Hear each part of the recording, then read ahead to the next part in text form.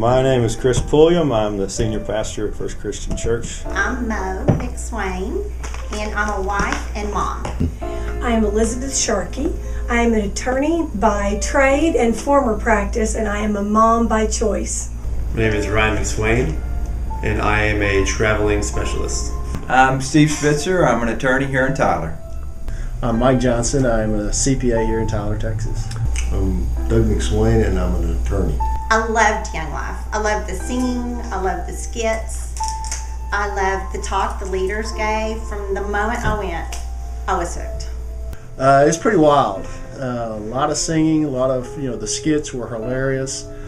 This guy was just willing to hang it out there and be and do whatever the kids wanted to enjoy, but at the same time begin to kind of ease into the gospel message that I had never heard before. There is nothing like Young Life Camp to refill your tank and to reconnect you with the Lord. And because there is so much activity and the go-karting and the horses and the craziness and the wacky night skits, I connected with the leaders and I connected with my kids. It was a time when everybody thought Christianity wasn't cool to be a Christian. And here I saw these great people, tremendous, funny. They were having a blast, but they were Christians. And I thought, I want some of that. That was my first impression. I met my roommate via Young Life, both my roommates via Young Life. I met my current best friend via Young Life, and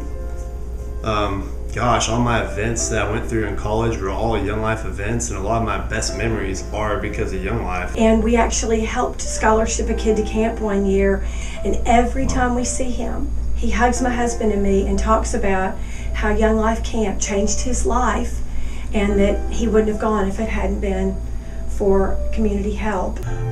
Was actually introduced and knew about Young Life before high school. My sister had been involved, but really didn't get involved till my junior year. We had a new Young Life leader who had just come in, saw him at football practice every day, just kind of hung around, talked to some guys, and just kind of encouraged folks to come visit the Young Life Club. And so eventually just kind of wore me down, and I decided I'd go to the Young Life Club, see what it was all about. And Trip, which his real name, he was a third, so he was Trip.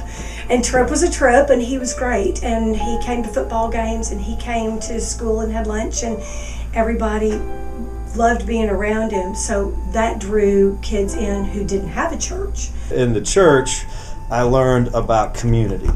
I learned we all kinds of different people come together, and we agreed to love one another and go and do and all that. So that was a great lesson. But then for Young Life, what I learned there was Jesus and the relationship with Jesus and how that works and how that changes and affects everyone's life, my life particularly, and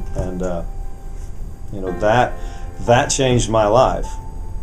But at the end of all the wackiness, there was always a fine undercurrent of fellowship and worship and Christ. And so it was a really great way for my friends and me to stay connected with the Lord in high school, when a lot of people were kind of pulling away from church because it wasn't what they wanted to do anymore. Our family just had to bury our son. And our son was a Christian as well. And so I know that I will see him again. And that is my consolation, because I know he's in heaven and I know I will be there again. And like I said, that journey began when I was 16 years old. And so really, without that preparation of Young Life leading me to Christ and giving me a good foundation in God's Word, I probably would not have been able to handle what I've just gone through. At that point, we went on committee, and that was a whole other side of it. Because when you're involved, it's all about the fun and, it's time for camp.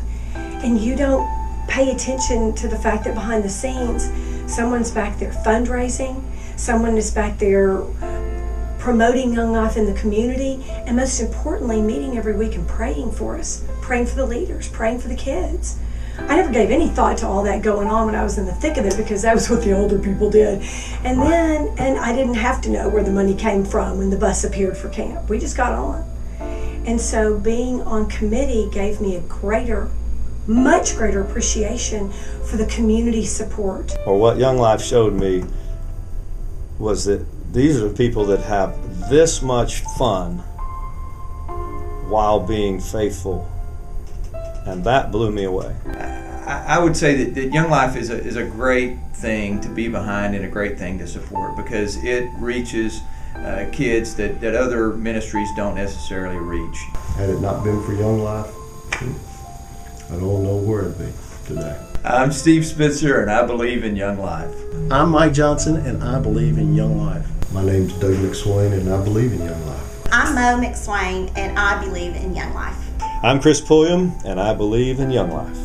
I'm Elizabeth Sharkey, and I'm getting teary because I really believe in Young Life.